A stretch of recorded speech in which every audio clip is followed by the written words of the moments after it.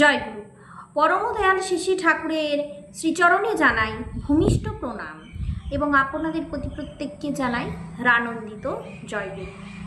আজ ইষ্ট প্রসঙ্গে আমরা আলোচনা করব বর্তমান আচার্যদেবের বিশেষ কিছু কথা, যে কথাগুলো খুব গুরুত্বপূর্ণ এবং আমাদের প্রত্যেকেরই চলা উচিত। প্রত্যেকটা দিন আমাদের জন্য ভালো, প্রত্যেকটা দিন যাতে আমাদের ভালো হয় সেই জন্যই আমরা আমাদের যে নিজস্ব কাজ, সেই নিজস্ব কাজকে ভালোভাবে করব।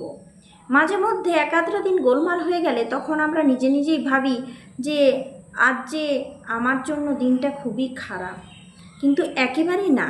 আমাদের কর্ম যেমন, আমাদের ফলটাও কিন্তু তেমনই পেতে হয়। তাই ফলের আশা না করে সব দিন ভালো মতো কর্ম করতে হয়। আচার্যদেব আমাদের আশীর্বাদ করলেন, আমরা এসেছি পরে করব, এরকম কাল করব বললে আমাদের করণীয় কাজ কালের কবলে চলে যায়। তাই আমাদেরকে যা করতে হবে, আমাদের লক্ষ্য স্থির রাখতে হবে এবং সৎ কাজ মনে আসা মাত্র করতে হবে। যতটুকু আমি আছি, যতটুকু আমার জন্য সময় আছে, আমরা নিজস্ব ভালো ভালো যত কাজ সবকে সেরে নেব। কারণ আমাদের জন্য সময় খুব কম, তাই যা কাজ আমাদেরকে কিন্তু এখনই সেরে নিতে হবে। ডিসেম্বর 8 তারিখ থেকে শুরু করে 15 দিন যাবৎ, এটা বেশ কিছুদিন আগেকার আলোচনা পত্রিকা, তার সুদীর্ঘ ওড়িশা পরিক্রমায় শতাধিক স্থানে 3000 ভক্ত অনুরাগীদের যাজনের মাধ্যমে নিত্য আনন্দ পরিবেশন করেন।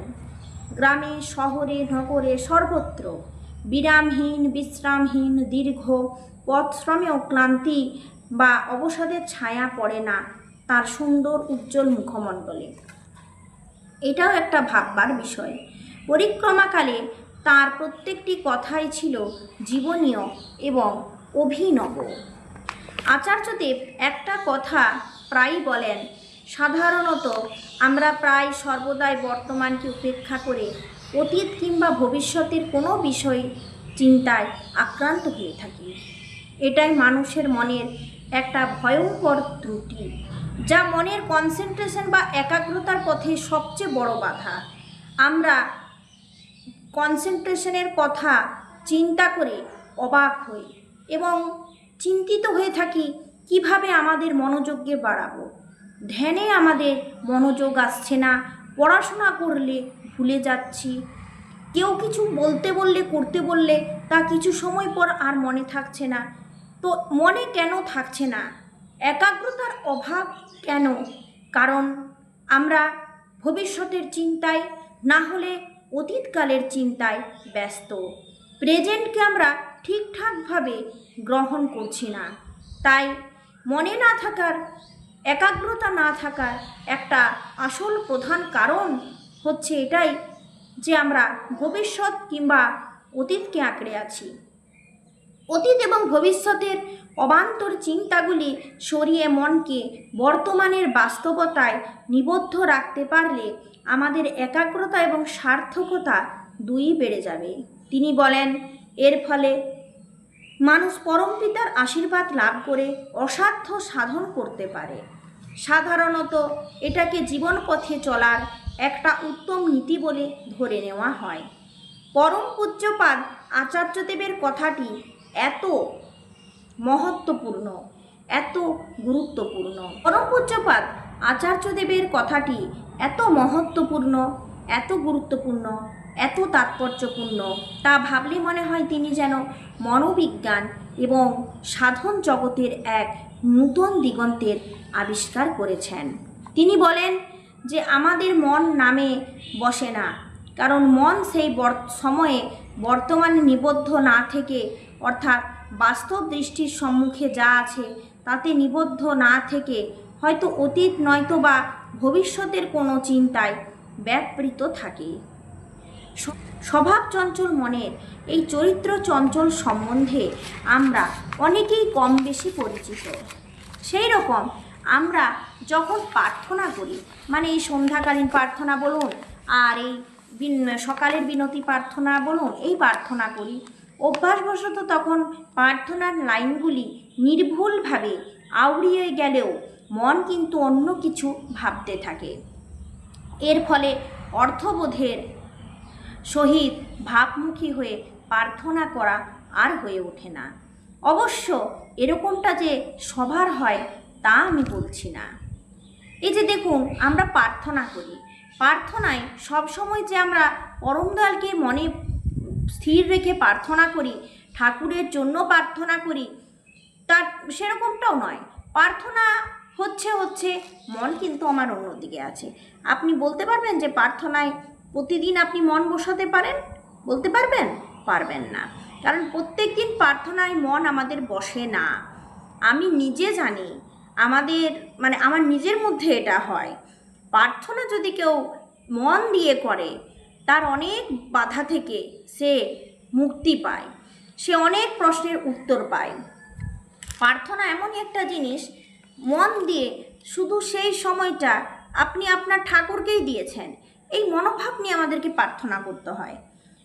তিনি আরও বলতে থাকেন, আমরা যদি মনকে অতীত কিংবা ভবিষ্যতের চিন্তা থেকে সরিয়ে বর্তমানে নিবদ্ধ রাখতে অভ্যস্ত হই, তবে নামে ক্রমে একাগ্রতা আসবে। তাহলে একটা দারুণ প্রশ্নের উত্তর আমরা এখানে পেলাম, যে নামে একাগ্রতা আসবে কিভাবে।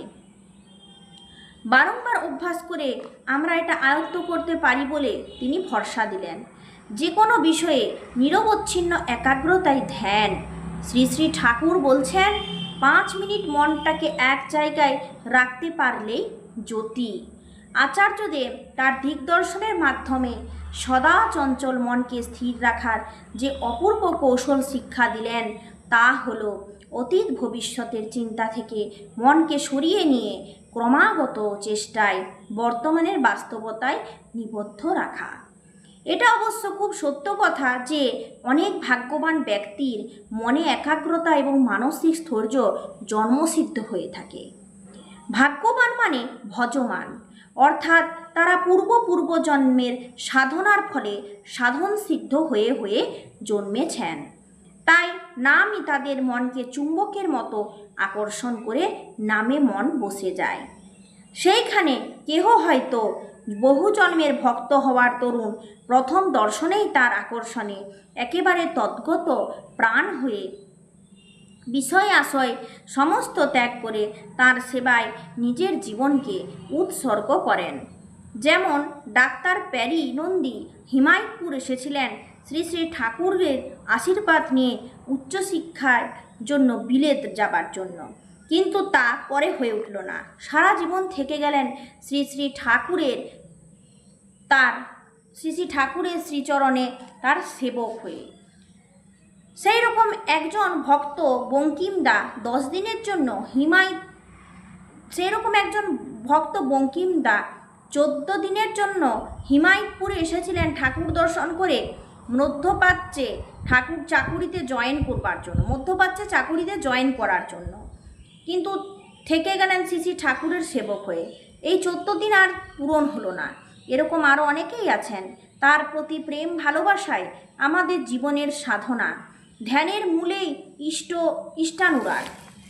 শ্রী শ্রী ঠাকুর বলেছেন, প্রেমেই মানব জীবনের শ্রেষ্ঠ সম্পদ, কিন্তু সব ক্ষেত্রে সমান নয়। শ্রী শ্রী ঠাকুর এমন প্রেমময় মূর্তি নিয়ে এসেছেন যে কেউ তাকে ভালো না বেসে পারে না। সেই ভালোবাসাকে বাড়িয়ে তোলার জন্যই আমরা যজন ইষ্টভৃতি করি। আজ আচার্যদেবের মধ্যে সেই মহাপ্রেমের আকর্ষণ অনুভব করে অগণিত মানুষ দেওঘরে ছুটে আসেন এক ঝলক দর্শন করার জন্য। আর এক ঝলক দর্শন করতে যেয়ে অনেক ম্যাজিক জীবনে ঘটে যায়। আমারই এক খুব পরম আত্মীয় এরকমই এক ব্যক্তির কথা আপনাদের আমি শোনাচ্ছি, যিনি পরম আত্মীয়। ঠাকুরের নাম শুনলেই যেন প্রচণ্ড রাগান্বিত ভাব, ঠাকুরকে একদমই সহ্য করতে পারেন না। তো তার স্ত্রী মনে করে যে তার স্ত্রী আগে থেকে তার নামে লুকিয়ে লুকিয়ে ইষ্টভীতি করতেন এবং ইষ্টভীতি পাঠাতেনও লুকিয়ে লুকিয়ে। আর ঠাকুরের কাছে সব সময় প্রার্থনা করতেন যে ঠাকুর অন্তত ওর সাধারণভাবে সদ্গুরু দীক্ষাটা যেন হয়ে যায়, আর কোনো মতেই সে ইষ্টভীতি করবে না, আর সে ঠাকুরের দীক্ষা নেবে না। ঠাকুরের নাম শুনলেই তার প্রচণ্ড মনে অশান্তি। তার স্ত্রী জেদ ধরল, আমি এতদিন দীক্ষা নিয়েছি, তোমার জন্য আমি কোথাও যেতে পাইনি, আর তোমার জন্য তুমি যাও বা না যাও, আমি কোথাও যখন ঘুরতে যাইনি, আমি একবার ঠাকুর বাড়ি যাব। এই বলে জেদ ধরে বসলো ওই তার স্ত্রী। তো একবার সত্যি সত্যি ঠাকুরের কাছে প্রার্থনা জানাতে থাকলো যে ঠাকুর, অন্তত আমি যেন তোমার কাছে যেতে পারি, আমি তো অন্য কিছু চাইছি না, আমি তোমার কাছে যেতে চাইছি, আমি আমার স্বামীকে নিয়ে যেতে পারি। তো সেই সুদিন আসলো। একদিন তার স্বামী, মানে আমার নিজের আত্মীয়ের এই ঘটনা ঘটেছে, একদিন তার স্বামীকে সে রাজি করালো ঠাকুর বাড়ি যাবার জন্য। কিন্তু সেই স্বামীর শর্ত ছিল যে আমি ঠাকুর বাড়ি যাবো বটে, কিন্তু আমি ঠাকুরের কোন রকম দীক্ষা নেব না।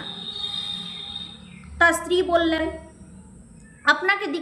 তোমাকে দীক্ষা নেওয়ার কথা আমি একবারও বলবো না, আমি ঠাকুর দর্শন করব আর চলে আসব। ঠাকুর বাড়ি যাবার পর, ঠাকুর দর্শন করার পর, আচার্যদেবকে দর্শন করার পর তার হঠাৎ করে মনে হলো, মানে এমনই তার আশীর্বাদ, সে শুধু দীক্ষা নয়, সে বলছে আমি ঠাকুরকে ভালোবেসেছি, আর তাকে ভালোবেসে আজ আমি শুধু দীক্ষাই নেব না, আজ আমি সস্তায়নী ব্রত গ্রহণ করব, একেবারে প্রথম ধাপেই আমি উঠব, যাতে করে ঠাকুরকে আমি আরও নিজের করে নিতে পারি। এই পরিবর্তন দেখে, একদিনে সেই পরিবর্তন দেখে তার স্ত্রী তো একদম বিশ্বাস করতে পারছে না যে তার তো এখনও সস্তায়নী হয়নি, অথচ তারা নিরামিষই খান। তো এইরকমভাবে ঠাকুরের বাড়িতে গিয়ে তার সুন্দরভাবে দীক্ষা হলো। দুইজনের সস্তায়নী ব্রত তারা গ্রহণ করলেন। ঠাকুর বাড়ি যে তার এই ম্যাজিকটা হলো। তাহলে দেখুন ঠাকুর বাড়ি গিয়ে কি হয়, আপনাদের আমি বললাম, এটা চাক্ষুষ আমার চোখে দেখার ঘটনা।